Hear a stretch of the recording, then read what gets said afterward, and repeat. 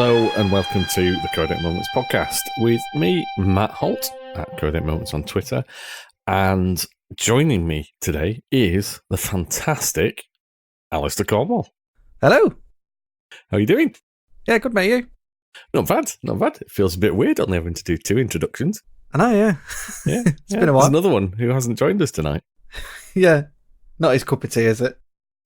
No, in fairness, getting straight at it, we are going to be talking about the latest F1 game. So F1 2019, which we've both been spending quite a bit of time with. And we mentioned that to Andy, and he just shriveled up in a corner and started hugging himself. And there's some kind of PTSD with racing games there that we'll not get into at this point in time. So F1 2019, it's hit stores about a week before this podcast has, with the Legendary Edition, and a couple of days afterwards, the Anniversary Edition. Pretty much the only difference is Senna and Prost are in the Legendary Edition, and you pay an extra 20 quid. Yeah, pretty much. Which I was a little bit surprised at. I thought there'd be more to it than that. Yeah, there's a few extras, like that you can get their suits and gloves and stuff. But yeah, that's literally it. You've got their career rivalry thing that you can race. Yeah, you've got 8 challenges to take part in their cars. You pick their likenesses, and you get 3 days early access on the game. But I know we're starting on a bit of a negative point, and these will disappear quite quickly. But I did have the overwhelming feeling we're paying an extra £20 for this. Yeah. Half the price of the game again. It feels a little bit steep. If it was you're paying for the Legends Edition and there's other Legends to come, yes, then that wouldn't be too bad. Maybe getting some Mansell in there, maybe some Hill, etc. But an extra £20 just for that is a little bit salty. Yeah. 2 likenesses and 8 challenges. Yeah. And 3 days early access. And anything else they're adding, so updating the F2 cars to 2019 as opposed to 2018, which is in the game, it's all free. Yeah. So bit of a strange one. But I won't deny driving in those challenges is quite a lot of fun. Yeah. Particularly in the older cars. Because they're a beast. Absolute beast. They are. But the core game itself, where do we want to start? I don't know. It's a bit of a strange one, isn't it? Because I guess it's a little bit like we've discussed in other episodes, talking about the latest FIFA game and different things. But they have made quite a few enhancements, and it's another level on last year's, which we both thought was pretty phenomenal at the time. It was the best F1 game I'd ever played. Yes. Yeah. And it was hard to figure out exactly what they were going to do to improve on that. And I think they've done the right thing by not really trying to improve on the handling or the performance or the way it plays. They've worked on adding more features and I think making it a little bit more accessible.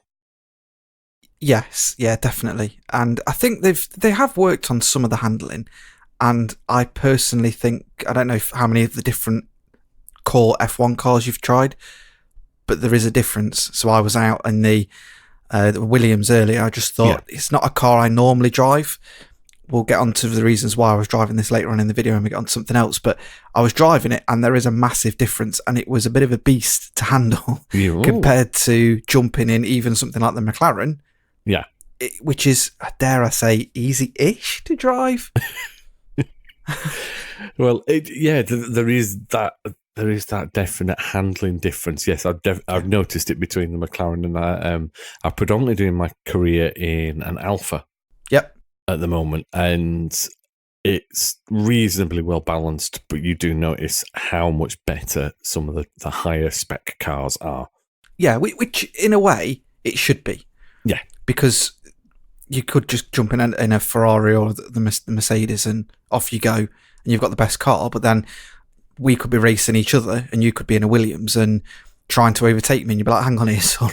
Because Adrian knew he'd been having his hands in that a lot, but it just wouldn't happen. And I think they've that shows in the game. Obviously, there are settings if you were to do your own personal multiplayer where it will balance the cars. I think that's still in there somewhere if you wanted it. It is that, and I think we'll get to the multiplayer because that's massively expanded.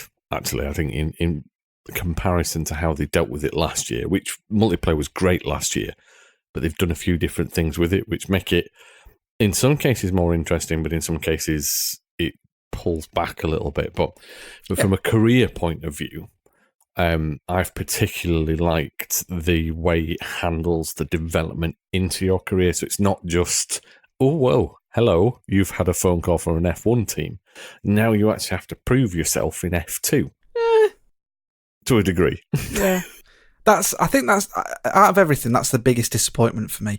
It's fantastic having F2 in there, but I just feel that part of the story or the career mode is just a little bit too short.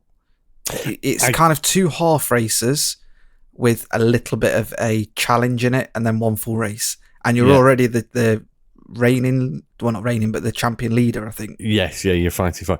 I understand why it's done, though, because I think it sets up the story nicely. It tries to give you some backstory and context for having some rivalry moving into an F1 career, but that's exactly what you bought the game for. It's F1 2019, not F2 2018.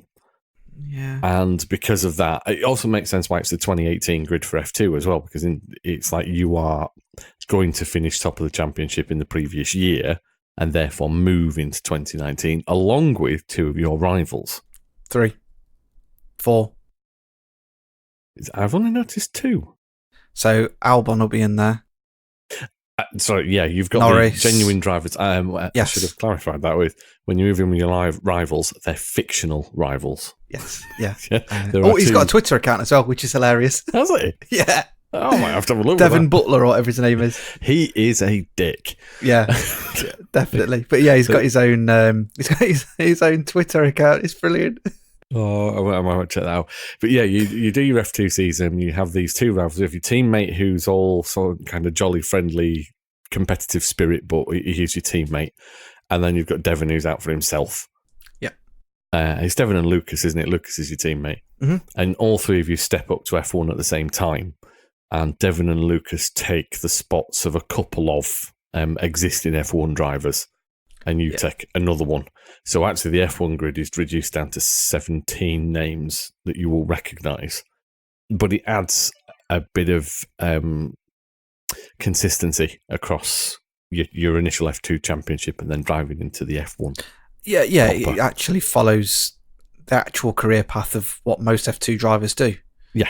And it is good. I'm not knocking it. For me, I'd have liked to have actually proven myself in F2. And I think it'd have been if there was a few more full races or the ability to do a full season before going into it. Just because the F2 cars are a different beast, but they are just a little bit slower. And I think for anybody that maybe missed the last one and picked up this one, it's a good way of learning the tracks and getting into it. But yeah, it's not knocking because it is great. Yeah. And the F2 cars are crazy. They are. Now, I don't know about you, but I found them very tricky to handle. Given the amount we've played with F1 2018, I foolishly expected them to handle the same. And like I say, the lower power, but there's a lot less downforce. No. No, I don't know. And whether it's because I've been racing a lot recently anyway. I've been on Project Cars like a couple of times a week and stuff. And whether it's because I'm already in the flow. I mean, I'm not saying they're easy to handle. They will kick out. But I think I spun it twice and then that was it. Right, okay, I know what the limits are and off I went. And it sounds like I'm being really pig-headed, but I don't know. I just... Because you messaged saying, "Oh yeah, they're a bit of a beast to handle." So you got it a day before me, didn't you? Yeah. The traction I found was surprising how little there was coming out of the corners, and you do get used to that. Yeah. The biggest part for me though was actually the braking zones, and as refamiliarising myself with the tracks, I'd had the corner markers on, so I knew where the braking zones were, and it just was not indicating far enough back to slow them down in time. And I found myself overshooting corners a lot. And that took a little while to adapt to. Yeah, you have to really stamp on the brakes and rag the gears down. And actually, what I've ended up doing, especially when I've moved up to the F1 in the career, I've had to start tweaking the brake force because it's not strong enough on the defaults for me. Yes. And that's kind of helped. But taking the defaults right from the beginning, which is kind of what I expected to do with the career, is not have to tinker too much, is actually I probably have needed to adapt it to my style. Yeah. I mean, how did you find your wheel settings when you first went into it? Because I thought I have tweaked them, but I thought they were pretty decent out the box. No, they were really good. I turned down the in effect almost, I can't remember what it's actually called, but like the tyre friction, the contact with the road surface. I turned that down a little bit because after the first 2-hour session, my arms were aching. But that's pretty much all I've changed. I dialed back the curb feedback as well because that was very rattly. Not in a bad way, but it was just a bit too overpowering versus everything else. But you're right, absolutely. I think it was pretty much good out of the box. We have different wheels, which people that have listened to it before that will know. So I actually upped quite a few bits. So the curbs, the tyre friction and whatnot, but then dialed back the overall force feedback. Okay. Because it did, once I upped them, I was like, whoa, this is interesting. And then I just dialed back the overall force feedback. So I get a little bit more feeling, because I quite like the judderiness when I go on a curb. Yeah. And the way of the tyres, because there was my first race in Australia. I was going around and he said, right, your tyres are going to start to go off. And then the next couple of laps, I actually spun out. Yeah. Because I was probably pushing a bit too hard on slightly knackered tyres. And then I spun, I went to go, and you could really feel, I don't know if you've had this yet, where the grip goes. So you'll be going around a corner. Oh, yeah. And then it will just suddenly, like, your wheel will snap round on you because there is no grip. You've, like, literally got to that point where there's nothing there. Well, there's a setting in the feedback, isn't there, about the is it called something? It's something to do with the oversteer. I forget the name of it, but there is something there, and you do feel it. It's a little bit like the feeling in Dirt Rally 2, where you go from ice to tarmac. Yeah, and tarmac to ice. You've got the full grip, and then you suddenly hit this ice patch, and it's just loose as anything, and you've got no control. Yeah, and it's like anybody that drives that's listening to this, if you go over a wet manhole cover or something like that, or hit a bit of ice, and your wheel suddenly moves a lot, and you're like, "Well, that's not normal." Yeah. And it's really good. It's, it shows you that your tyres do need replacing. Yeah, no, it's really nice, and like you say, as a default, it works, and then it's just tweaking to preference after that, and so you can just get in and go without having to mess around, which is very different from the last Codemasters game. We've got to say that, haven't it? Dirt 2 took a lot of tweaking, and a patch, to get anywhere near. Whether it's because this is a little easier to code for, in the sense that it's not one car, but it's one discipline with maybe slightly two different variants, but they're both going to react in a very similar way. And it's tarmac as well. So you've literally got, it's true. Yeah. Kind of one track surface, one discipline, with a slight variant between the two different types of car, which there isn't going to be an awful lot, because it is the feeder team, isn't it? Or the feeder series. Just dialing back the downforce elements, isn't it? And restricting some of the power. Yeah, although those F2 cars have got an insane amount of power. Just wish they had more gears. That's true, but and it does play well with the pad. I've done a fair amount with both, because sometimes you don't want to pull the full chair and everything out, and actually you just want to race and do a few, maybe some of the challenges or something. I've been doing those with a pad, and drives absolutely fine. It's not quite as precise, but it kind of never will be, because it's translating movements off a couple of analog sticks rather than steering wheel and pedals, but it still plays and handles really well. Yeah, I am a little bit slower with the pad. 5 seconds, maybe a little bit more. Ooh, compared that's to on the quite a wheel. difference. But that, I think because I've been using my wheels so much, whenever I do any racing, unless it's Forza Horizon or Need for Speed or something like that, I will just get my wheel out. If I fancy a race, I'll get my wheel out. And I struggle now a little bit with the controller, not to necessarily control it, but to get that accuracy and the speed and I don't know. I think I've just become one with my wheel, and I know no. the That's limits fair. and things. It is more precise than it is. Yeah. It is more like doing it, but yeah, it is perfectly playable with the pads as well. It does, gotcha. It does. Yeah. In fact, I've actually done quite a lot of the multiplayer with the pads. Oh, okay. Yeah. Nice. But from the career point of view, the rivalry piece returns, doesn't it, from the previous game where you get to choose a rival to measure yourself against, as well as your teammate. You outscore them, it gets you kudos, which standing with the team. And that's not massively different. I don't know how long it took you before you were promoted to number one driver in your team. I got kind of a contract negotiation after 5 races or 6 races. Yeah, I've not done too much of the career mode, if I'm honest. Yeah. I've mainly been messing around with the different cars and settings and whatnot. But one thing I did notice, I don't know whether it's just a different way that I'm playing, but I did find that the sportsmanship and whatnot was a little bit easier to come by, and your rep with the team. There wasn't as many negative comments that you could select, because sometimes you'd read them on the other one if you got a chance to read them, although they did put a setting in afterwards, and you'd select one and you go, oh, I've got negative rep. Well, I wasn't being negative. I was just saying that, I pushed the car a bit too far and maybe we need a bit more downforce. Yeah, it's negative, but it's not. I'm not saying the guys are rubbish back in the factory, get the finger out. And you always had to go for in 2018, you always had to go for the really kind of lick the arse of your team ones to get that extra rep.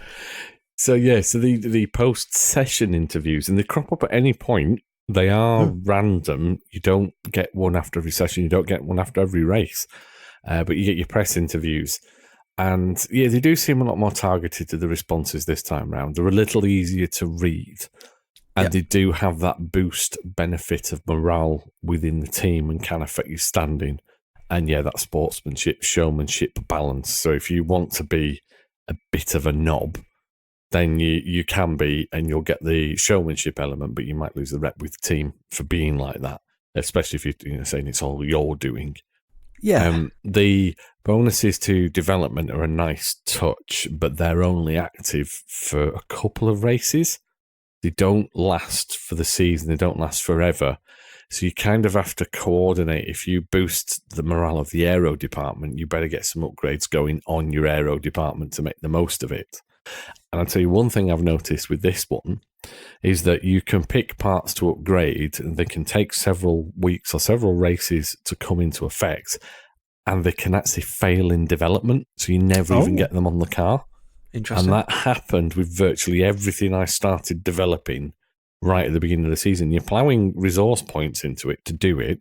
The resource points are not easy to come by. You get them, but you don't get them in abundance. And so to plough quite a lot into a particular development to then get told, oh, it's failed, you'll have to buy it again, you're like, are you having a laugh? Yeah. Yeah. Now, I guess usually it's at a reduced cost to buy it again, and it will usually work the next time you do it. But you're like, well, hang on, what's the point in that? I get it's the realism of some things do work, some things don't work. And you can boost that reliability as well by investing in certain Q&A resources. But they're quite pricey. So you kind of, it's making you manage your career at a slightly slower pace than maybe you'd like. Yeah. But then it's a 10-year career. It's not one season done. It evolves over time. And they've even put in the feature this time that existing F1 drivers through the course of your career will change teams. Yep. Which is, I think, such a really good idea to try and build that longevity out of it. Yeah, definitely. The career mode's definitely... Obviously, it's going to get repetitive because you've got, 22 tracks and you'll move around in teams and you'll be doing the same stuff. But at the end of the day, it's a repetitive series. It's true to life. Well, it's like most sports, ultimately. It's a set number of teams, a set number of locations, and you do it year in, year out with the same people. Yeah, definitely. I do like the what I call mini games when you're doing your development in free practice and stuff, and it makes you learn the tracks and push yourself and look at where you need to get quicker and how to save your tyres and whatnot. The only thing I wish there was there is a video about it, and I think I'm getting there with it. There's still no tutorial as such, and training session on how to launch a car. It's not the easiest thing to do. Now, it isn't, but I found it easier in this game. Yes. Than I did in the last one. In the multiplayer and in a number of the races, I've got off the line at the same pace as everybody around me, which has said to me it's easier because I'm not losing like 10 places off the start. Yeah. I'm about the same. I have launched, but it'd just be nice to have, if you like, almost like a drag simulation, but obviously for starting, and you just have to keep doing it because they do it not in the race, but they do it in practice sessions, and they do it on their parade lap. So why not just maybe put you into a simulation once you go into F1? Right, now we're going to show you how to launch the car and what the different buttons do. Just that kind of hand holding for 2 minutes or however long it takes. It probably would be a good idea especially for newcomers. Because it comes up with the button prompts on screen, but when it says hold optimum revs, well, what are optimum revs? And face it, in those cars, in first gear, a 2 millimeter movement of your accelerator can be difference between 12 and 19,000 RPM. It's very, very sensitive. It is, yeah. And what I've learned is that just to smash the accelerator down to max, and then I just ease my foot off. Until the blue lights start to go, and then just put just a tiny bit on, and then that's my optimum. I've usually put it about roughly halfway down. I think it is. Release it and then slowly apply it. To the bottom once you're going, and that seems to catch. Some of the AI launch off the line. It's ridiculous. Well, so they have some stunning moments and they have some terrible moments, but more stunning, or more often than not, I'd say, actually. Yeah, and I've actually upped the difficulty. I think I'm on hard because it kind of gives it a points value, doesn't it? I don't know if you've tinkered with it. No, I turned it up because I was finding it a bit too easy. Easy, and also that they don't smash you about as much. It seems that the harder the difficulty, the more professional courtesy you get with them. Because I was finding that I'd be going into a corner and I'd go to outbrake someone, do a Danny Rick and lick a stamp and send it, and then they just go, well, you're on my racing line. And then that's it, smash. And you're like, well, that wouldn't happen in real life. No, it is definitely one of the best racing AIs. We had a few issues on the easier difficulties last year, but in the career mode, I've had definitely less problems than previous iterations, not just last year, but before that. Yeah. And it looks amazing, doesn't it? The game. Oh, God, yeah. I think it has had that graphical overhaul. Yeah. And to be fair, last year looked really good as well, but this year they just seem to have just tweaked it a little bit more, added a few more shadows and lighting effects and dust and all sorts of stuff, but the haze in China is quite spectacular at distance, and the way the sunlight filters through the buildings in Baku stood out as well. And that shadow, light to dark shadow perspective, when you're in the tight confined spaces, it is impressive. It is really impressive. The piece I'm not sure on why they've made the decision like this in career mode is, when you first choose it, you get to choose your session length and everything else. Mm-hmm. You're deciding how you want your career to be, because you can go everything from one-shot qualifying 5-lap races up to full simulation race weekends, and that's your choice. You can't do anything about the practice sessions. Aside from the length, but the minimum is 3 half-hour practice sessions. And actually, I've found, because I've wanted to get through more of the career, I'm running at short and race distances, and I'm running in one qualifying session rather than a full hour. Plus, I don't have 2 or 3 hours to sit there at a time sometimes. But I have to have 3 practice sessions. I'd have liked the options to go, actually, I'll just do 1, because then that lets me do a couple of familiarization laps, maybe a tire and fuel run, that kind of stuff, without having to basically simulate to skip the practice sessions. Yeah, I know what you mean. I think I do the 15-minute quali. Yeah. I can't remember what I've got the race distance on. You can skip it. You can just spin past it. You can simulate, but you're sort of thinking, well, why, if I can alter the qualifying and race length, why can't I choose to just do one practice session? Why does it default as a minimum to 3.5 hours? Because that, if you're doing all of them, that's like an hour and a half before you even get into the meat of the weekend. And like you say, if you're doing one quali session, or you're only doing a one shot, like it's an hour and a half for 1 minute 30. Yeah, I mean, whether it's because they want to give you the option to get the points and do your track familiarization and different things and whatnot, I don't know if it'll affect your career if you don't kind of get quite high up on the boards for timing, or with the qualifying time. I don't know. When you simulate, you still get points. You don't get the same level of points. You don't, as if you've taken part and done it yourself. But there is something there, and you don't get your bonus rep with the teams or your reduction in rep if you've done something wrong. Right. But it feels like a bit of a, well, we want to make it accessible and a little bit arcadey for those who just want to dip in, but we are going to stick you a mandatory, massively long practice session to begin with.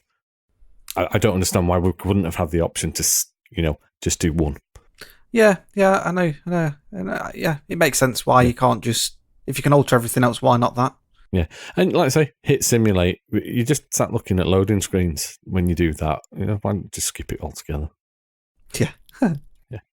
But the career is a lot of fun. It does feel good when you're racing in anger against the AI, and it drops in, like it did with last year's, the challenges between the odd race as well. So the ability to take part in a classic challenge on a different track or an old car, and score points against your rivals. And they've tweaked those, I think, a little bit this year. There's like times challenges to see how far a distance you can go before the clock runs out, where you get a boost of time if you hit a checkpoint. You've got your overtake challenges, which I think were in last year. There's a couple of others which are really, really well put together, and really get you to play with the different vehicles. Yeah. No, yeah, it's nice. And they're standalone as well. So you can either do them in your career, or they're already unlocked, I think, right from the beginning. And there's 20 of them, I think, in total. So, yeah. Yeah. So the 20 of those, if you've got the Legendary Edition as well as the 8 Senna and Prost ones, which are the same type of challenges, they're just specific to those drivers. Yeah. So there's a nice little diversion there. You've got your time trial stuff, which, in fairness, we were really trying to outdo each other in France at the weekend just gone. Giving it a shot. That track. It's not my favourite track. But it's pretentious. It drives me up the wall. Why do we need to have all that blue stuff everywhere? Just put grass down like every other normal person. It's just it makes you go a bit, like, your eyes go a bit messed up watching it. It's colour coded. You know what part of the track you're on. Well, it doesn't matter to Danny Rick, but anyway. That's for a different podcast. So yeah, I mean, the time trial's there, and that's quite nice. And again, that repeated ability that they brought back, that when you hit a certain time on the board, you can take the setup of the person who's in front of you with the faster lap. So from a real world, your genuine global leaderboard, you can take their setup at the push of a button, which I think is a really good idea. Mm-hmm. If you're struggling, you're thinking, well, how am I losing half a second here or there? Hang on, try their setup and see what it is. So I have spent far too much time in time trial, actually. Yeah, that's probably where I've been spending most of my time as well. I took Jenson Button's Brawn car. Oh, nice. Around That's a lovely Azerbaijan. One to drive. that was interesting. Did you wreck it? No, but I did get close to some of the barriers. It's interesting going through the uphill twisty bit. Oh God, yes, that is a very, very challenging thing. Even on your track familiarization, actually, that is a hard one to get right. Yep. I wrecked my Alpha round back in. Oh, I took the front wheel off Matt. on the straight. I will admit that I had to restart one bit because Lewis Hamilton annoyed me because he nudged me. This is before I turned up the difficulty and spun me around. So I just kept my foot in, turned around and belted him on. I wrecked my car, but he got it. It made me feel better about myself. That restart.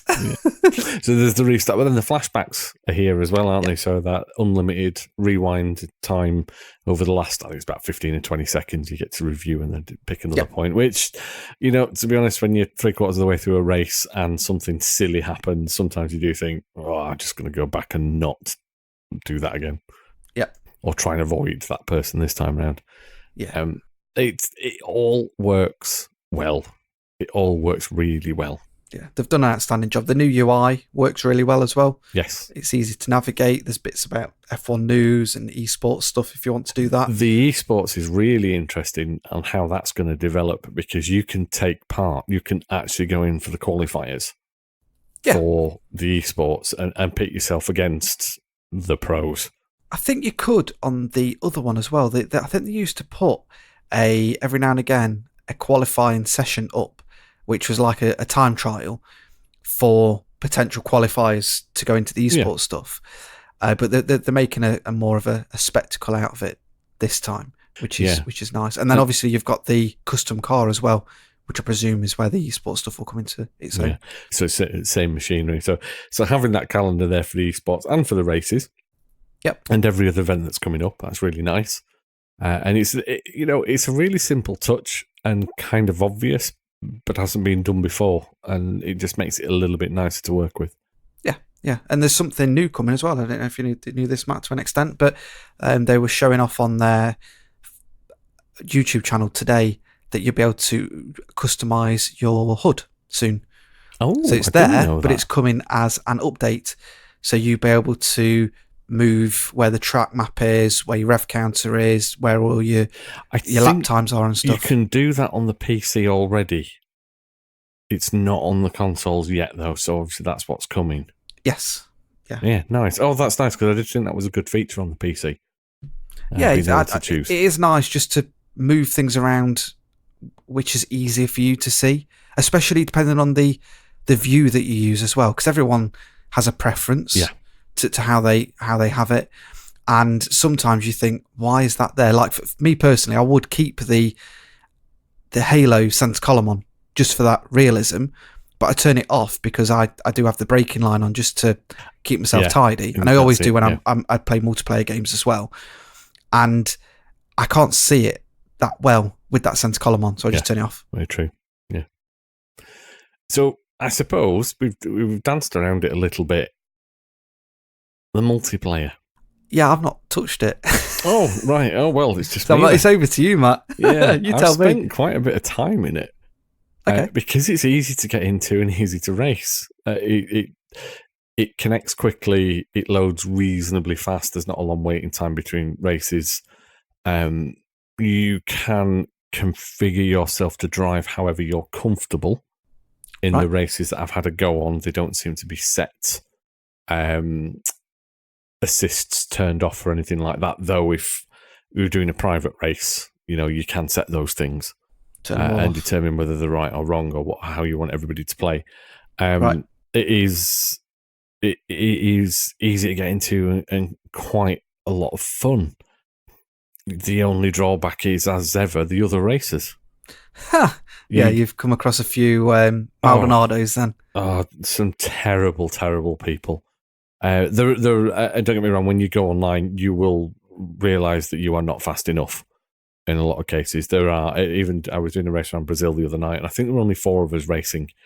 2 of them were 2 seconds a lap faster than me, and I could not figure out exactly where I was going wrong. That happens, but that's fair. You're racing, they are quicker. The worst thing about the bad drivers is that they will deliberately just treat it like dodgems, and you get penalised. The penalty system is not right. It is unfair. And there's a number of races where I've deliberately left space because you're conscious of what you're doing. You're making sure, right, okay, I do know you're coming up. I'm just going to drift and leave you out a little bit of room so that I've been fair. And then I've been sideswiped, spun round, and penalised. It's not the easiest thing to code, unfortunately. But I do completely feel your frustration when someone, like there's been quite a few times on Project Cars where I've been penalised for leaving the track when I've been hit off the track. Yeah. And it's like, but that wasn't my fault. And it's like, you've got a warning off the race director. Maybe you should check the replay. It's that kind of thing. You do want to shout back at it and go, but it wasn't me. Yeah. How they could code that, I don't know, to make that better. I don't know. There was, well, even if I could remember his name, I suppose I'm not going to give him the notoriety. He was deliberately just ramming people around Canada. And he was forcing people off the track, and it just didn't do anything about him. The only way he didn't get away with it is he actually cocked up one of his corners and ended up going backwards into a barrier. So everybody just went past him, and then he could never catch us up again. Yeah. But all through the first couple of laps, he was just being a deliberate menace. And obviously was not being penalised enough, because you do get the end of the race, and it tells you who's had time penalties. Yep. And I'd seen him hit, I think, 2 people in front of me, and he'd done it to me as well, and he received 1 time penalty. Whereas I'd been clattered by somebody else. Again, probably a genuine racing incident, actually. It wasn't anything malicious, but I'd received a time penalty from somebody else. And in those instances, you could kind of go, well, yeah, it was an accident, I let off, but there's got to be something. But when other racers that are deliberately going out and smashing you do things like that, is annoying. And the only thing I found to do is find them and burn the house out. No, is find them and block them. Yeah. So when you race again, I know you'll never be able to get them all, but it means that if they try and join a race that you're in and different things, it just won't happen. Yeah, it's a shame, because you can see that there'll be quite a lot of people on the grid want to play properly, and don't want to ruin it that way. But it only takes 1 or 2 to kind of spoil that experience, and it does drive you down that route of thinking, well, actually, I just want my friends or people I know, so we could get together and have a race. And that's where the leagues come in this time round. Oh, okay. So we did the online championship. Sort of. We meant to do the online championship, didn't we? But we'd started halfway through the season. We just did races at a time. Yep. But this time you can do leagues, which is basically the online championship set up with the number of races that you want, and it's persistent. It will stay active until you've completed all the races. But you have to all race together. We were having a conversation, over the weekend, because we actually thought it was a bit like the dirt leagues, where you could set up some tracks and basically it's fastest time kind of thing, but it's not. It is a genuine, you all must be playing at the same time in the same race against each other kind of thing. Yeah. But it's nicely configurable. There's a lot of options, even down to, are you the type of people who need to be told you are racing at 8 p.m. on a Friday, or are you the ones that can just deal with ad hoc and do it whenever you want, as long as you're all together? And if you can't make a race for your league, then it subs some AI in for you and completes it. So you're not left out and completely a race behind. Yeah. So it's a really nice touch, and actually one I can see being more fun to play than with randoms. Even though with randoms you're all in the same cars, because it is that FIA designed specialist multiplayer car, which sounds a little bit weird with its engine note, and the revving was a bit odd. I can't really describe it. It's because it's not an F1 car. It seemed a bit strange. Okay. But it handles well. It plays fine. But if you're in the private stuff, and I think if you're in the leagues, you can set to use the actual F1 cars. But you can, like we knew last year, you can decide whether they're all the same or whether you allow the teams to have their certain advantages. Yeah. Sum it up, it's all right online. It can actually be a lot of fun as long as people are like-minded. Yeah, and I think that's where you kind of private leagues and different things will come into its own. Yeah. I try not to do what I call hoppers, where you just hop into a multiplayer and go, because I've been stung so many times and smashed off the track. It's not funny. I would say it's a 60-40 I had. Okay. 60 positive. Yeah. That's good. But that is, it has been pre-release. So I don't know whether that ratio is going to get better now that the game's out to more people, or whether it's going to get worse. Yeah, do you know what? It's one thing that I've never been able to fathom out. Why someone would spend 50 quid on a game and then go online and just ram people off, or just shoot your teammates and stuff. I don't understand. Some people just enjoy it. And that's them. That's up to them. It just ruins it for the rest of us. However, you do get safety ratings and you do get ranks, and it does group like safety ratings together. So in theory, if you're going to go on and do that, eventually you should just end up in lobbies with people who do that. And the safer racers are able to race together. Unfortunately, I've mentioned that the penalty system is overly harsh. It doesn't always translate it back to your safety rating. So even if you feel a bit aggrieved at getting a penalty, it's not necessarily causing you an issue outside the actual race. It can still give you a decent safety rating. Oh, okay. And I think you get graded for whether you quit or not. Whether you actually bother quitting out of a race or not. There's something along those lines as well. I forget the word. And the reason I'm forgetting a lot of this tonight is because I've not played it in about 3 days. Yeah. But there's one of the ratings which I'm pretty sure is tied to how often you actually finish a race. That's good. Yeah. But it's a good game. It is, yeah. It is. I know we've talked about this. We will get to, obviously, this final part. I've had a few niggles on the PS4. Yeah, this conversation's gone a lot more positive than what I thought it would do, because I thought you'd slam it. The QC, and I'm classing them as QC issues because they're little tiny things that shouldn't have got through testing. Yeah. But they don't spoil the game. They don't affect the way it handles. They just ruin the experience a little bit. It's like I've had the rev counter not displaying properly for numerous races, not just a one-off in one race. The lights don't flash up properly, or they miss out, or they go out of sequence, which is weird. The engine note's not tying up with that, so you're not shifting at the right times, which is quite strange. I almost turned on the engine rev shift tone. Oh, I did that once. That drove me up the wall. Yeah, it's how many times you're changing gear. It just annoyed the hell out of me. But yeah, I almost turned that on just to see if I could counteract it. The way it's... Oh, God, this was one of the weirdest things it did. I was in Baku, and it's part of the reason I ended up crashing out during the race. That for qualifying, I wanted to take some of the downforce off because I was great through the twisty sections, but I was just losing too much time on the straights. Yeah. So I went in pre-qualifying to do that, and it does it all from your cockpit, doesn't it? It zooms into the TV monitors. Yeah. And you change your settings. So I zoomed into the TV monitors. I went to alter my custom setup. The camera zoomed back to the cockpit, but was still in the aero menu.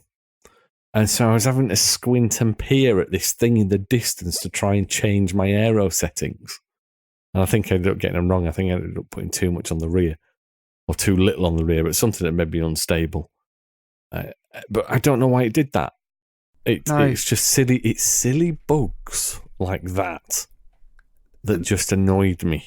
The interesting thing is that you like I say, I was expecting this conversation to maybe a little bit on the more negative side because of the bugs that you've had, but I'm on the Xbox this time. I was fortunate enough to get it on both consoles, but not yet anyway.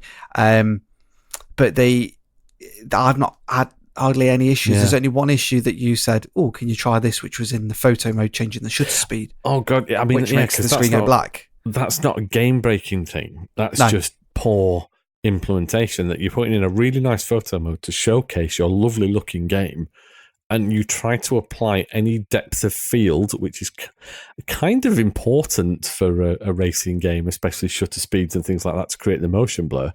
and it just turns the screen dark. Yeah, which I'm sure they'll patch out. But you're on about these different things, and I was like, oh no, Matt's having a really bad experience. But on the Xbox, other than that, which has gone across both consoles, I haven't had any of the issues that you've had. Yeah, like I say, it just feels like there's a couple of QC bits that have been missed. I have had two crashes. I've had just, as in not actual racing car crashes. I've had console crashes. Once where it just quit back to desktop. Second time, a full lockup of the machine. Oh yeah, and a black screen. I could not do anything. And just got the angry PS4 that has a go at you for having to power it off. It's these little niggles, which I have to stress again, it doesn't affect how much fun the game is, but it pulls you out of the experience a bit because it makes you feel, well, it's not quite as top notch and well presented as we're used to the Codemasters games being. And it's weird that it's just the PS4, and that's what makes me think there's just a few QC issues that haven't been picked up. Yeah. And they will get picked up. As long as they're common problems, it'd be one of those, it'd probably only be me that ever sees them. Yeah, or maybe I'm just too picky. Yeah, but the good thing is like you say though, it's not ruined your overall impressions of the game. Oh no, because I was expecting it to maybe a bit me going, yeah, it's amazing, and you're like, no, it's not. I've had all these issues and different things, and it's not. It's there, but you've dealt with it and you've still really enjoyed the game, which is good. Look, any game where you're putting in 20 or 30 laps of the French track at a time because you want to get the fastest lap, it's not a bad game, is it? No, not at all. Not at all. So yeah, F1 2019, fantastic fun. Great for the F1 fans. It is a lot of fun to play. Niggles aside, it hasn't detracted from the game itself. It's just, the odd piece which I wish was a little bit better. Yep. So no, I recommend it. I do. Any F1 fan. It's a great game. And even, lapsed F1 fans, or even somebody who just wants a decent, solid, playable racing game, actually, it's going to give a little bit of a challenge, but allow you to customize it to your own preference. And that's something we've not mentioned. The level of assists and customization that's there is pretty impressive, and it means you can set it up for however you want to play. Yeah. Just because Ali plays with no assists and absolutely has to have it as hard as possible, it doesn't mean everybody has to play like that. You can pick what you want. Stick the traction control on full and ABS, and you're away. Oh, God. That sounds like a nightmare, that does. Well, you're not quite as quick with the traction control on full, but yeah, ABS is a godsend. I do like that. No. So, it's great. Mind you won't have any problem with ABS or anything else, will you, with your new brake pedal? Yeah, so I've brought so for anybody that doesn't know about wheels, you have a conical, that's the right word, isn't it? Yes. Mod on your pedal, which is basically a funky little rubber triangle that sits underneath the pedal, and depending on the pedals that you've got and the game that you play, you can change it on the pedals where that sits and how hard that mod is. And then you can customize it so you're not pressing the pedal as much and different things. But it is still arcadey, if you like. It's not fully realistic because it doesn't feel like a proper pedal. So I've actually brought myself what's called a load cell mod. Right. Which I don't know if your pedals are hardwired in, but mine's got like a offset RJ11 cable that plugs into the back of the wheelbase. And I think mine are hardwired, actually. So on mine, I can take mine off and plug different ones in. So I upgraded mine a couple of years ago. And this cable then routes through this mod, and then that goes into the back of the wheelbase, and it actually makes it into a more realistic pedal. So it doesn't push down as much, but it gives you the same feeling as when you brake in a normal car. Right. But it also sends a different signal back to the wheelbase and then overall to the game in milliseconds or whatever it is, that makes you more consistent with braking. It won't necessarily mean that you can brake later as such, but it just helps with that muscle memory because you're not wearing down a little bit of rubber and different things, and it's actually based on signals, computer signals going through, as opposed to using your foot and then relying on a bit of rubber that you've tweaked or not tweaked. Yeah. So I've not set it up yet, but I've been doing a lot of racing to kind of get a baseline for where I'm at, especially with F1. Yeah. Then I'm going to fit it. So I'll be putting videos up on my YouTube channel from Sim Racing Solutions, where it's come from, which I've got a discount code for anybody that's interested in this. Oh, nice. Well, and then I'll fit it, and then I'm going to do more laps and see if it improves. I was going to say, if it works, that might be something to consider. I'm saying my pedals are hardwired. I think the pedal unit I do have to plug them into the steering wheel port. Yeah, so there'll be a bit on the back that you plug them into. Yeah. So this is for my Thrustmaster T3PA Pro pedals. So I've got in a GT style because there's two different styles that you can put them in. But yes, I'm going to be fitting that in the next couple of days. So possibly on the next recording, I'll be able to give you a little update. Let us know how it goes. That's how I've got on. I just thought, why not? And I was a bit cheeky as well, and I've got some discount and stuff because I've got a YouTube channel. So you don't ask, you don't get. So let's see if that makes a difference. Yeah. Apparently it does. Yeah, and there's some expensive ones. Yeah. This one sells for £99, so it's not cheap. No. So you've got to be quite into it, but there are ones that go for close to 200. Yeah. I was going to say, given the cost of some of the kit for racing games, 99's not that bad. No, not at all. No, not compared to the Fanatec stuff and everything else. And what I'm aiming to do is kind of do a video, show it how it puts together, show what my first 10 laps are on the various games that I've picked, and then I'm going to use it quite a lot because I'll use it a lot anyway, and just see if it does improve my times and how it works with different games as well. Because I don't know if it's going to work any different with different games. I honestly don't know. Very true. Yeah. Right. Bit of tech. Yeah. Well, it's been good. It's been nice going back over my thoughts on the game. It is good. It is a great game. We wouldn't be doing the second podcast of the year about F1 2019 if in second, or is it even third? We've talked about it a lot this year. There's quite a lot on the site about it. You know, we're a site named after a Metal Gear Solid trope, yet we talk more about F1 and Hitman than anything else. Central resource for those two games. Yeah. So thanks for joining me. And no problem. Thanks for everybody out there for listening. Remember, head to the site if you want to have a look at any of the reviews, news, trailers, read Stuart Cullen's Scotch Corner, or take part in Code at Momentum, or head over to YouTube to see Ali's racing videos at Cornwolf. Just search for Cornwolf. I'll pop up. Yeah, he will be there. Yeah. And remember to join us next week when it will be June's Code at Momentum update. Ooh. Yeah, we'll see who's done what. Have the leaderboards changed again? I've got a feeling they may have tweaked slightly, so it'd be really good to see what's going on there. So thanks very much. Goodbye.